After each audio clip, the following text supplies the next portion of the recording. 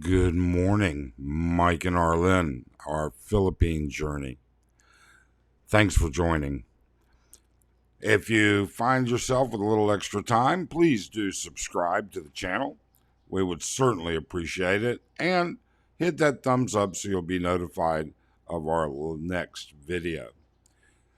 Interesting night last night. I'd like to talk to you about it. We went to Walking Street, and things change starting Monday. Let's talk about it.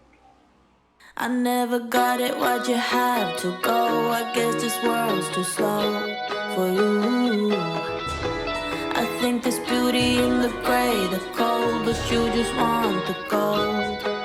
And there's no way I can beat it, cause I got no chance when it comes to her. She got the glitter and the fame, and I just wasn't enough. So, we went to Walking Street last night. It's not a night that I like to go to Walking Street, and as many of you know, we're really not big on bars. We know a lot of bar girls and bar managers. Over the years, we've had many expat friends date many bar girls. It's kind of like, for some of them, it's like the flavor of the month club. They just date for a month and then move on to the next one. But that's a whole different story, isn't it? All right. So last night, we went out for a couple of drinks with some of our friends. And we stopped by, first off, we stopped by Lucifer because the manager, who happens to be a friend of ours, from Shooters just got transferred to Lucifer. Now, here's what's interesting.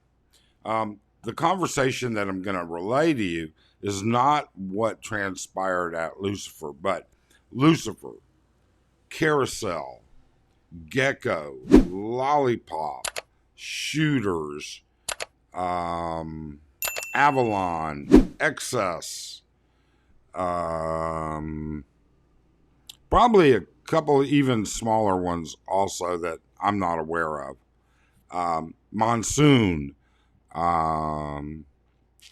These are all American-owned clubs that are part of a group of ownership, and I don't know exactly how it is works, but this entire group is called the Wolfpack Bars. Now, they represent probably 30%, maybe even 40%, maybe even 50% of the bars on Walking Street. Now, I wouldn't say 50%, but either way. Now, these are well-established, long-time running bars. So we know all these managers. We know managers. We know bar girls. We've known them for years. So every now and then we stop into the bars when we go out with friends, and we buy our friends or the people we know drinks. It's it's no big deal. It's a little bit of money. It doesn't really cost much when you come right down to it. But then while we were at Carousel, we ran into several girls that we've known for a long period of time. And their information, these are not flighty girls. And I do believe that their information is pretty accurate. I got to admit, I didn't ask enough questions, and I should have. But we're going to find out because for those of you that don't know Ace Bachelor Cool, he's a little silly. Sometimes he's a little crazy. But he has a lot of the best information or most current information as to what's going on Walking Street. The life of a single guy in Angeles who's pretty much hitting it hard and heavy every night, it seems like. But interesting enough guy. His information I've put up here for you. Take a look at his channel. all right, because he may have further information down the road. And Ace, if you're watching this video, would you either comment or put up a video indicating what you know about the change of prices at Wolfpack. Okay? So, effective Monday, I'm making this Saturday morning. Okay, the 2nd.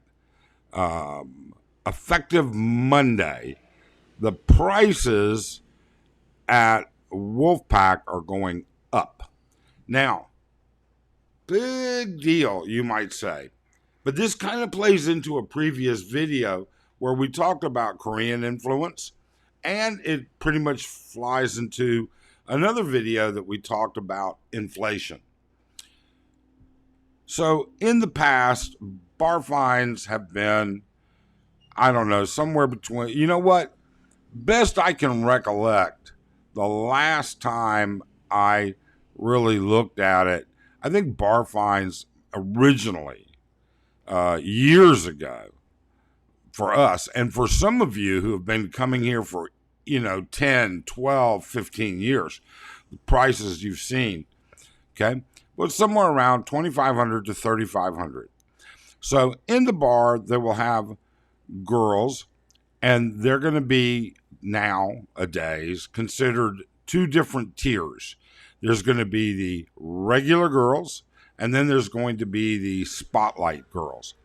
And, it's not that we're prejudiced, but most of the friends we know are all highly attractive, at least 7s, 8s, 9s, a couple of 10s. All right. Spotlight girls. And I've never figured out exactly, I've never looked at it as to what makes the difference, because I can tell you that in some of these bars, their spotlight girls are not necessarily hot, beautiful women. Sometimes it's all about how they interact with customers, how they portray themselves, how they dress, what they do wear, what they don't wear, okay? Things like that. So that's maybe for another day. With all of that being said, spotlight girls bar fine now, 6,000 pesos. 6,000 peso bar fine.